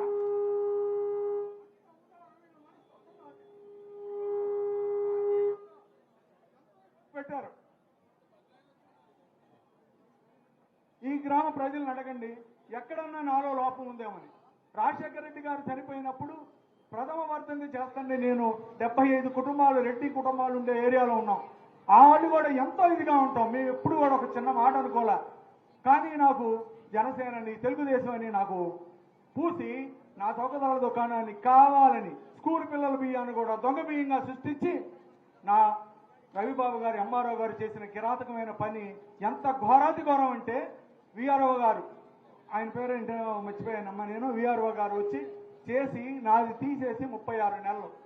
నేను వెళ్ళిన తర్వాత ఎంతో మంది నాకు ఫోన్లు చేసి అయ్యా నీతోనే పోయిందయ్యా మేము తీసుకోవటం, నీతోనే పోయిందయ్యా మేము తీసుకోవటం అని అన్నారమ్మా. అంటే ఇది నా గొప్ప కోసం చెప్పుకోవటం కాదమ్మా. నేను వాసవి క్లబ్బుల్లో, వాసవి సేవాదళంలో ఉండే ఈ మా విజిటింగ్ కార్డు అమ్మా. నేను ఇక ఆర్టిస్ట్గా ఉన్నది. నేను కనీసం కళాకారులకు ఇచ్చేటువంటి 3000 రూపాయల పెన్షన్ కూడా నేను ఇష్టపడలా. నా ఇల్లు నేను నా సొంత డబ్బులతో కష్టపడి కట్టుకున్నానమ్మా. 200 సంవత్సరాల నుంచి ఈ గ్రామంలో నివసించారు మా ముత్తాతల దగ్గర నుంచి. ఎప్పుడు కూడా ఎక్కడ కూడా డబ్బులే కావాలనుకుంటే నేను 4 రాష్ట్రాల్లో 4 భాషలు మాట్లాడి 4 వ్యాపారాలు చేయగలిగే కెపాసిటీ ఉన్నవాడిని. నా గొప్ప కోసం నేను చెప్పుకోవట్లేదు. కాకపోతే మంచిగా ఉండాలి. అది ప్రజా పంపిణీ వ్యవస్థని మనం ఎన్నుకున్నాం కాబట్టి వాళ్ళకి మంచి పని చేయాలనే ఉద్దేశంతో ఉదయం 6 గంటలకు రేషన్ షాప్ తీసి ఆంధ్రప్రదేశ్లో నేను ఒక్కనేనమ్మా. అయ్యో బయోమెట్రిక్ చెప్తుంది, నా గొప్పతనం కాదు. బయోమెట్రిక్ మిషన్ చూస్తుంది. ప్రజలను అడగండి అమ్మా. ఇట్లాంటి ఘోరమైన పనులుంటే మంచి లేకుండా ఎంతసేపటికి హింస, ఎంతసేపటికి రుబాబులు, ఎంతసేపటికి బెదిరించడాలు, ఎక్కడికి వెళ్ళిపోతుందమ్మా ఇది? నాకు అదే ఆవేదన. నాకంతేగాని నాకేదో కావాలని, ఏదో మెప్పు పొందాలని ఉద్దేశం కాదు. ఏమైపోయింది ఈ రాష్ట్రం, ఈ గ్రామం ఏమైపోయింది? కనీసం గ్రామంలో కూడా ఎవరు కూడా ఇది మంచి పద్ధతి కాదని చెప్పే ధోరణి లేకుండా పోయింది. అదే నా ఆవేదన. హ్యాట్స్ ఆఫ్ తల్లి, నీ రచ్చబండ ద్వారా నేను ఈ ఆవేదన మీ ముందు. లోకల్ నాయకులు ఎం ప్రసాద్, నమస్కారాలు. సభకులకు ఉభయ నమస్కారాలు. ముఖ్యంగా ప్రదేశ్ కాంగ్రెస్ కమిటీ అధ్యక్షురాలు గారికి, అలాగే కాంగ్రెస్ పార్టీ సీనియర్ నాయకులకి నమస్కరించి తెలియజేయండి ఏంటంటే, నా పేరు విజయరాజ్ కుమార్, నేను ఒక లాయర్ని, గుంటూరు బార్ అసోసియేషన్ లాయర్ని. ఏపీ ల్యాండ్ టైటిలింగ్ యాక్ట్ గురించి మీకు ఆల్రెడీ కొంత ఇన్ఫర్మేషన్ ఉంది. రెండే అంశాలమ్మా, మీ సముఖంగా ప్రజలకు అర్థమయ్యేలాగా చెప్పాలనే ఉద్దేశంతో 2 అంశాలు చెప్తున్నానమ్మా. ఇప్పటి వరకు మాట్లాడిన వ్యవసాయం, భూమి ఉంది కాబట్టి భూమిలో సమస్యలు చెప్తున్నారు, స్థలం ఉంది కాబట్టి ఇంటి సమస్యలు చెప్తున్నారు. అసలు అవే మీకు కాకుండా పోతే దేని గురించి మాట్లాడతారు మీరు? అదే land titling act. Land titling act is nothing but కబ్జా the entire state government lands. అది ఇక్కడ సమస్య. దాని గురించే చెప్పబోతున్నాను. ల్యాండ్ టైటిలింగ్ యాక్ట్ అని 2023 అంటే 27-23 జీవోగా ప్రభుత్వం గత ఏడాది తీసుకొచ్చిన ఒక చట్టం. ఈ చట్టం తెలుగులో చెప్పాలంటే ఆంధ్రప్రదేశ్ భూ హక్కుల చట్టం అని చెప్తున్నారు. కానీ ఇది హక్కుల చట్టం కాదు, భూ పక్షిక చట్టం. అది ఎలాగంటే, దీనికి సంబంధించి చట్టం చేసిన దగ్గర నుంచి విధి విధానాలు తీసుకొచ్చారు. దానికి సంబంధించి గత 2.5 నెలల్లో అడ్వకేట్లు గొడవ చేస్తున్నారు. దీన్ని ప్రజల ముందు ఏం చూపిస్తున్నారంటే, ఇది న్యాయవాదులకి కేసులు పోతాయి, అందుకనే గొడవ చేస్తున్నారని చెప్తున్నారు. కానీ చట్టం ఏం చెప్తుందో చెప్తా వినండమ్మా. చట్టం ఏం చెప్తుందంటే 67 సెక్షన్లు ఉంటాయి. న్యాయవాదులు ఏమంటుందంటే, ఇందులో మీకు ఇబ్బందికర చట్టం ఏదో చెప్పండి అంటుంది. రాష్ట్రంలో ఉన్న 47,000 మంది న్యాయవాదులు ఏమంటున్నారంటే 67 సెక్షన్లో అసలు సక్రమంగా ఉన్న చట్టం ఏదో చెప్పమని మేమంటున్నాం. ఎంత దుర్మార్గమైన పరిస్థితి అంటే, అడ్వకేట్ జనరల్ నోటీసులో లేకుండా కూడా ఈ చట్టం ముందు తీసుకొచ్చారంటే ఎంత కపట చీకటి చట్టం ఇది అర్థమవుతుంది. ఇకపోతే ఈ చట్టంలో వీరు ప్రజలకు, సామాన్య ప్రజలకు అర్థమయ్యే అంశాలు 2 చెప్తానమ్మా. మనకి ఈ చట్టంలో 38వ యాక్ట్ ప్రకారం, సెక్షన్ 38 ప్రకారం కోర్టులకు, సివిల్ కోర్టులకి ఎటువంటి హక్కులు లేవు. దేశంలో, రాష్ట్రంలో ఏర్పడిన ఈ చట్టానికి సంబంధించి వివాదాలు వస్తే ఆ వివాదాలను పరిష్కరించే హక్కు సివిల్ కోర్టుకి లేవు. ఎవరికి ఉన్నాయి? ప్రభుత్వం వారు నియమించిన సెక్షన్ 37 ప్రకారం, సెక్షన్ 5 ప్రకారం ఎటువంటి విద్యార్హతలు లేకపోయినా ఒక వ్యక్తిని నియమిస్తే ఆ వ్యక్తికి మాత్రమే ఆ భూమి మీద హక్కు ఎవరిదా నిర్ణయించే అధికారం ఉంటుంది. సెక్షన్ 25 ప్రకారం వారసుడు ఎవరో నిర్ణయించే హక్కు కూడా ఆ అప్పీలెంట్ అధికారికే ఉంటుంది. కానీ ఈ అప్పీలెంట్ అధికారికి ఎటువంటి విద్యార్హతలు ఉండాల్సిన అవసరం లేదు. అరే, సుప్రీంకోర్టు న్యాయమూర్తులు 5 5 బెంచి, 7 బెంచి, 11 బెంచి తన్నుకుంటుంటేనే టైటిల్ అర్థం కాక ఇప్పటికీ డిఫర్ అవుతా ఉంటుంది జడ్జిమెంట్స్. నేటికి కూడా ఇటువంటి పరిస్థితుల్లో ఏ విద్యార్హత లేకుండా ఒక వ్యక్తిని తీసుకొచ్చి పెట్టి ప్రభుత్వం పెడితే అతను మీ భూమి మీద హక్కు ఎలా నిర్ణయిస్తాడు? ఇదొక అంశం. ఇంకా ప్రమాదకరమైన అంశం ఏంటంటే, మీరు మీ ఇంట్లో శుభకార్యమైనా అశుభకార్యమైనా, మీ తండ్రి గారు చనిపోతే ప్రథమ వర్ధంతి ఎప్పుడు పెడతారు? 5వ తారీఖు చనిపోతే 5వ తారీఖు పెట్టుకుంటారు. ఆ టైంలో మీకు డబ్బులు లేకపోతే ఏం చేస్తారు? మీ ఊళ్ళో ఏ భూస్వామి దగ్గరకో, ఎవరో మీకు తెలిసిన వాళ్ళ దగ్గరకో స్థలమో పొలమో తాకట్టు పెట్టి డబ్బులు తెచ్చుకుంటారు. కానీ ఈ చట్టం అమల్లోకి వస్తే ప్రభుత్వ అధికారికి మనం అప్లికేషన్ పెడితే వాళ్ళు పరిశీలించిన తర్వాత మీకు తాకట్టు పెట్టుకోవాలో లేదో వాళ్ళు చెప్పిన తర్వాత మీరు పెట్టుకోవాలి. ఇది సాధ్యం అవుతా? సమస్యల బాధలు చెప్పొస్తాయా?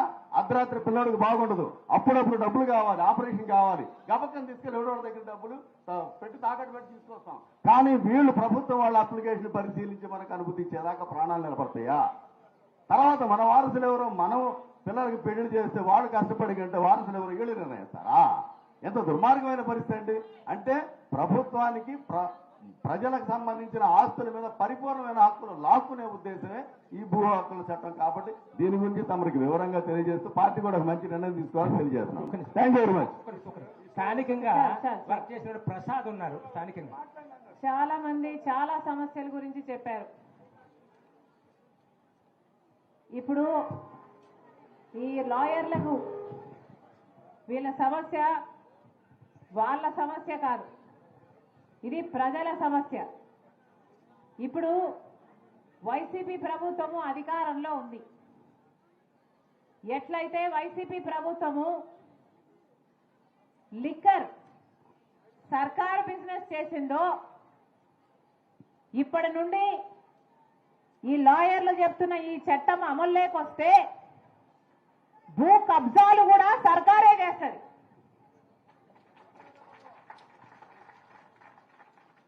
లిక్కర్ వ్యాపారం ఇప్పుడు ఎట్లయితే అన్నా ఇది సరిగ్గా అర్థం చేసుకోండి, లిక్కర్ వ్యాపారం ఎట్లయితే సర్కారు చేస్తుందో, లిక్కర్ వ్యాపారం అంటే ఏ సరుకు అమ్మాలి, ఏ బ్రాండ్ అమ్మాలి, అది క్యాష్ మాత్రమే మీరు కట్టాలి, అది కూడా రెట్టింపు. మిగతా రాష్ట్రాలలో ఏ సరుకు అమ్ముతున్నారో అలాంటి సరుకే ఇక్కడ అమ్ముతున్నా కూడా రెట్టింపు కట్టాల్సి వస్తుంది లిక్కర్ కొనాలి అంటే. ఏ లిక్కర్ బ్రాండ్ కొనాలి అన్నది సర్కారే నిర్ణయిస్తుంది. ఏ భూమ్ అన్నా, స్పెషల్ స్టేటస్ అయినా, క్యాపిటల్ అయినా ఏ బ్రాండ్ అమ్మాలో సర్కారే నిర్ణయిస్తుంది, ఎంత కమ్మాలో సర్కారే నిర్ణయిస్తుంది, అది క్యాష్ మాత్రమే అని సర్కారే నిర్ణయిస్తుంది. అది క్యాష్ అమ్మితే అటు రాష్ట్రానికి రావాల్సిన ట్యాక్సులు రావు, కేంద్రానికి పోవాల్సిన ట్యాక్సులు పోవు, మొత్తం అంతా లిక్కర్ మాఫియా. పోనీ అదైనా మంచి సరుకు అమ్ముతున్నారా అంటే మొన్న జరిగిన ఒక సర్వేలో మన రాష్ట్రంలో లివర్ చెడిపోయి, లిక్కర్ వల్ల లివర్ చెడిపోయి మిగతా రాష్ట్రాలలో పోలిస్తే 25% మంది ఎక్కువ చనిపోతున్నారు. ఎట్లయితే లిక్కర్ వ్యాపారాన్ని మొత్తం కబ్జా చేసిందో సర్కారు, ఎట్లయితే లిక్కర్ వ్యాపారాన్ని తన గుప్పెట్లో పెట్టుకుందో వైసీపీ సర్కారు, ఇప్పుడు భూమిని కూడా, మీ భూమిని, మీ పొలాలను, మీ ఇళ్లను, ఆ భూమిని కూడా వాళ్ళ గుప్పిట్లో పెట్టుకునే ప్రయత్నం చేస్తుంది వైసీపీ సర్కార్. ఎట్లయితే లిక్కర్ ను సర్కారే నడుపుతుందో ఇక భూ కబ్జాలు కూడా సర్కారే చేస్తుందట. సర్కారు ఎవరినైతే అపాయింట్ చేస్తుందో, అంటే సర్కారు ఒక మనిషిని, వాళ్ళ మనిషిని అపాయింట్ చేస్తుందట. ఈ భూమికి సంబంధించిన అన్ని పర్మిషన్లు ఆ మనిషే ఇయ్యాలట. అంటే మీ భూమిని మీ పిల్లలకి రాయాలన్నా ఆ మనిషి పర్మిషన్ ఇయ్యాలట. మీ భూమి మీరు తాకట్టు పెట్టాలన్నా సర్కారు మనిషి పర్మిషన్ ఇయ్యాలట. అంటే మీ భూమి మీది కాదు, సర్కారు చేతుల్లోకి పోతుందన్నమాట. మరి అలాంటి సర్కారు మీకు అవసరమో లేదో, అలాంటి సర్కారు మీకు అవసరమో లేదో, మీ భూమిని మీకు కాకుండా చేసే సర్కారు మీకు అవసరమో లేదో మీ చేతుల్లో ఉంది, మీ నిర్ణయం మీద ఆధారపడి ఉంది. మీకు క్లియర్ గా అర్థమయ్యేది, అర్థం కావాల్సింది, ఎలాగైతే లిక్కర్ సర్కారు చేతుల్లో ఉందో మీ భూమి కూడా సర్కారు చేతుల్లో ఉంటుంది. ఎలాగైతే లిక్కర్ వ్యాపారం సర్కారు చేస్తుందో బహిరంగంగా ఓపెన్ గా చెప్తున్నారు క్యాష్ అని చెప్పాల్సిన అవసరం ఏముంది? అంటే లిక్కర్ లో ఎంత సంపాదిస్తున్నారో బయట ఎవరికీ తెలియదు, సర్కారు ఎంత సరుకు అమ్ముతుందో బయట ఎవరికీ తెలియదు. మొత్తం లిక్కర్ మాఫియా, ఈ క్యాష్ అంతా మళ్ళీ ఈ నాయకులకే, వైసీపీ నాయకులకే పోతుంది. ఎలాగైతే లిక్కర్ ని మొత్తం కబ్జా చేశారో మీ భూమిని కూడా కబ్జా చేసే ప్రయత్నమే ఈ ల్యాండ్ టైటిలింగ్ యాక్ట్. మీ భూమి మీ చేతుల్లో ఉండాలో లేదో మీరు నిర్ణయించుకోవాల్సిన అవసరం ఉంది. అమ్మా, ఇంతమంది మహిళలు ఉన్నారు, ఈ మహిళలందరికీ చెప్తున్నాను, మీ కష్టము మీకే తెలుసు, మీ కష్టము మహిళలకే తెలుసు, మీ కష్టం మహిళగా నాకు తెలుసు. ఇల్లు నడపడము అంటే సామాన్యమైన విషయం కాదు. ఇల్లు నడపాలి అంటే మీరు చేయాల్సిన త్యాగాలు ఎన్నో. మీ అవసరాలను పక్కన పెట్టి, మీ కోరికలను పక్కన పెట్టి, భర్త కోసము, బిడ్డల కోసం మీరు చేయాల్సిన, మీ కుటుంబాల కోసం మీరు చేస్తున్న త్యాగం ఎవరూ మెచ్చుకోరు. మీ నెత్తిన ఎవరూ కిరీటాలు పెట్టరు. అయినా కూడా మహిళలు చేసే త్యాగాలు వాళ్ళు చేస్తూనే ఉండాలి, వాళ్ళ కుటుంబాన్ని నిలబెట్టాలి అనే వాళ్ళ ప్రయత్నం సాగుతూనే ఉంటుంది. అమ్మా, మహిళలుగా మీ కుటుంబాలను మీరు నడపాలి అంటే ఇప్పుడు సామాన్యమైన విషయం కాదు. ఇప్పుడు అన్ని ధరలు పెరిగిపోయినాయి. అమ్మ చెప్పినట్టు గ్యాస్ ధర అయితేనే బియ్యం అయితేనేమి, చక్కెర అయితేనేమి, నూనె అయితేనేమి, కూరగాయలు అయితేనేమి, ఇలా ప్రతిదీ అన్ని పెరిగిపోయాయి. కానీ ఆదుకునేవాడు ఎవరూ లేరు, ఎవరు ఒక ముక్క సహాయం చేసేవాళ్ళు లేరు. మీకేమో 12,000 రూపాయలు అమ్మఒడి, 12,000 రూపాయలు అమ్మఒడి ఇస్తున్నామని చెప్తున్నారు. అది కూడా ఒక బిడ్డకే. ఎలక్షన్లప్పుడు నేనే ప్రచారం చేశాను. ఎంతమంది బిడ్డలుంటే అంతమందికి సంవత్సరానికి 15,000 రూపాయలు అమ్మఒడి అని నేనే ప్రచారం కూడా చేశాను. ఆ వాగ్దానం నిలబెట్టుకోలేదు జగనన్న గారు. ఇప్పుడు ఒక బిడ్డకు మాత్రమే ఇస్తున్నారు అమ్మఒడి, అది కూడా 12,000 ఇస్తున్నారు. ఆ 12,000 మీ ఖర్చులకు సరిపోతున్నాయా? మీ బిడ్డల ఫీజులకు సరిపోతున్నాయా? మీరు ఆలోచన చేసుకోవాలి. అంటే ఒక చేత్తో మట్టి చెంపిస్తున్నారు, ఇంకో చేత్తో వెండి చెంబు తీసుకుంటున్నారు. ఒక చేత్తో మీ దగ్గర 12,000 ఇస్తున్నారు, ఇంకో చేత్తో 24,000 రూపాయలు మీకు ఖర్చు అవుతుంది. మరి మీరు ఏం బాగుపడినట్టు? ఇప్పుడు ఫీజు రీయింబర్స్మెంట్ కూడా లేదు. బిడ్డలు పెద్ద చదువులు చదవాలి అంటే కూలీ నాలీ చేసుకునో అప్పు సప్పో చేసో మీ బిడ్డలను చదివించాలి. చదివిన వాళ్ళకు ఉద్యోగాలు వస్తున్నాయా? ఏమా ఉద్యోగాలు వస్తున్నాయా? ప్రతి జనవరి 1న జగనన్న గారు జాబ్ క్యాలెండర్ విడుదల చేస్తాను అన్నారు. జాబ్ క్యాలెండర్ విడుదల చేయడం దేవుడు ఎరుగు. ఉన్న ఉద్యోగాలు కూడా ఓడిపోతున్నాయి. మెగా డిఎస్సి అన్నారు. మెగా డిఎస్సి అంటే ఆ రోజు చంద్రబాబు గారు 7,000 ఉద్యోగాలు ఇస్తుంటే హేళన చేశాడు జగనన్న గారు. నేను వస్తే మెగా డిఎస్సి ఇస్తా, 25,000 ఉద్యోగాలు ఇస్తారు మెగా డిఎస్సిలో అన్నాడు జగనన్న గారు. ఒక్క ఉద్యోగం కూడా భర్తీ చేయలేదు. ఈ రోజుకి 30,000 టీచర్ ఉద్యోగాలు ఖాళీగా ఉన్నాయి. ఇప్పుడు ఎలక్షన్లు వస్తే ఇప్పుడు గుర్తొచ్చిందా? ఇది మెగా డిఎస్సి ఇవ్వాల్సిన వీళ్ళు ఇప్పుడు ఒక దగా డిఎస్సి ఇచ్చారు. ఇప్పుడు కేవలం 6,000 ఉద్యోగాలు భర్తీ చేస్తారట. మరి ఇది ఎలక్షన్లు స్టంట్ కాకపోతే మరి ఏమిటి? మీ ఓట్ల కోసం కాకపోతే, మిమ్మల్ని మోసం చేయడం కాకపోతే ఇది ఏమిటో మీరు ఆలోచన చేసుకోవాలి. ఒక పక్కేమో ఖర్చులు ఎక్కువైపోయాయి, ఒక పక్కేమో బిడ్డలకు ఉద్యోగాలు లేవు. పోనీ ప్రైవేట్ గా చేసుకుందాము అంటే పరిశ్రమలు లేవు. మనకు స్పెషల్ స్టేటస్ రాలేదు కాబట్టి పెద్ద పరిశ్రమలు రావు. పెద్ద పరిశ్రమలు రాకపోతే బిడ్డలకు ఉద్యోగాలు రావు. మరి మీరు బిడ్డలన్నీ ఏం కావాలి అంటే, మన బిడ్డలు ఇక్కడ బతకడానికి అవకాశం లేక వేరే వేరే రాష్ట్రాలకు వలసలిపోవాలి. ఆఖరికి మన రాష్ట్రంలో అసలు యువతే లేకుండా పోతారు. మన బిడ్డలందరూ వదిలేసిపోతారు. మనకు పర్వాలేదా? ఏమా పర్వాలేదా? ఉద్యోగాలే లేకుండా పోయాయి, బిడ్డలే లేకుండా పోతారు. పోనీ మనమన్నా సరిగ్గా బతుకుదాము అంటే ఎంతమందికి ఇల్లులు వచ్చాయి? ఎంతమందికి ఇల్లులు వచ్చాయి? ఒక్కరన్నా చెయ్యి లేపండమ్మా, మీకు ఇల్లు వస్తే అంటే ఒక్క చెయ్యి కూడా లేపడం లేదే. ఒక్కరికంటే ఒక్కరికి జగనన్న గారు వాగ్దానం చేసింది 25 లక్షల పేదలకు ఇల్లులు కట్టిస్తానని చెప్పాడు. ఎన్ని కట్టారు? ఎంతమందికి ఇల్లు వచ్చింది అంటే ఒక్కరు కూడా చెయ్యి లేపడం లేదే. మరి మాట నిలబెట్టుకున్నట్టు ఇది ఎలా అవుతుంది? మహిళలు కూడా ఆలోచన చేయాలి. ఈ సర్కారు చేస్తున్న దగాకు ఎవరు మోసపోకండి. అమ్మా, ఓట్లు అన్నది మీ చేతిలో ఉన్న ఏకైక ఆయుధం. ఓటు అన్నది మీ జీవితాలను మార్చే ఆయుధం. 5 సంవత్సరాలకు ఒక్కసారి మాత్రమే ఈ ఆయుధం మీ చేతుల్లోకి వస్తుంది. ఆలోచన చేసి ఓటు వేయండి. మీ జీవితాలు ఎలా మారుతాయి, మీ బిడ్డల భవిష్యత్తు ఎవరి చేతుల్లో ఉంటే బాగుపడతాయి అని ఆలోచన చేసి ఓటు వేయండి.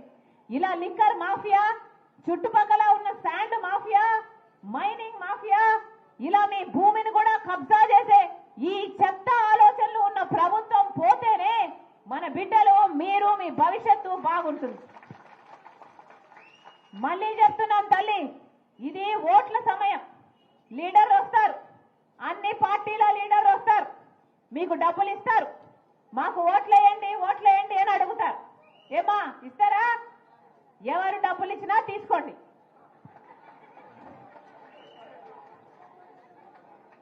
ఎవరు ఎన్ని డబ్బులు ఇస్తే అన్ని డబ్బులు తీసుకోండి.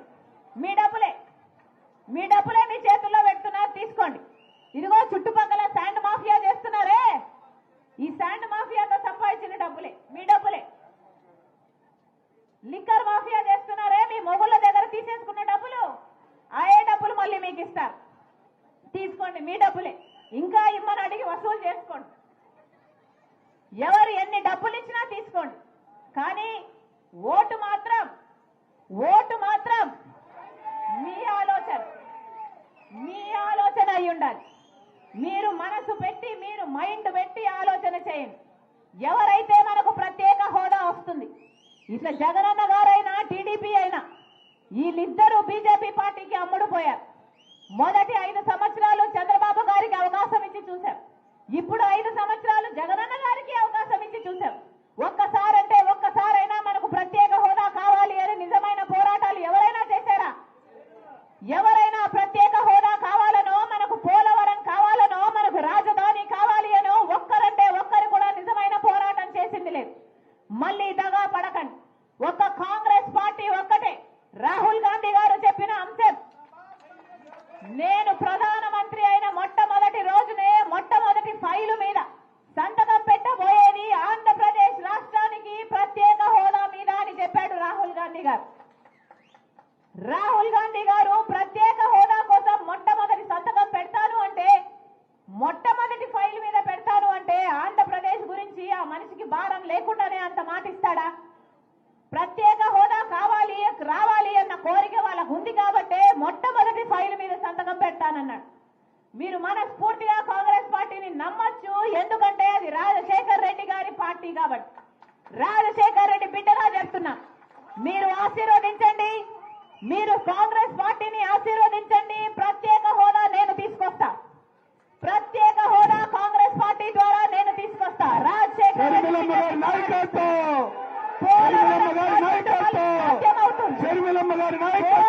ప్రాజెక్టు మళ్ళీ సాధ్యం చేసుకోవాలి.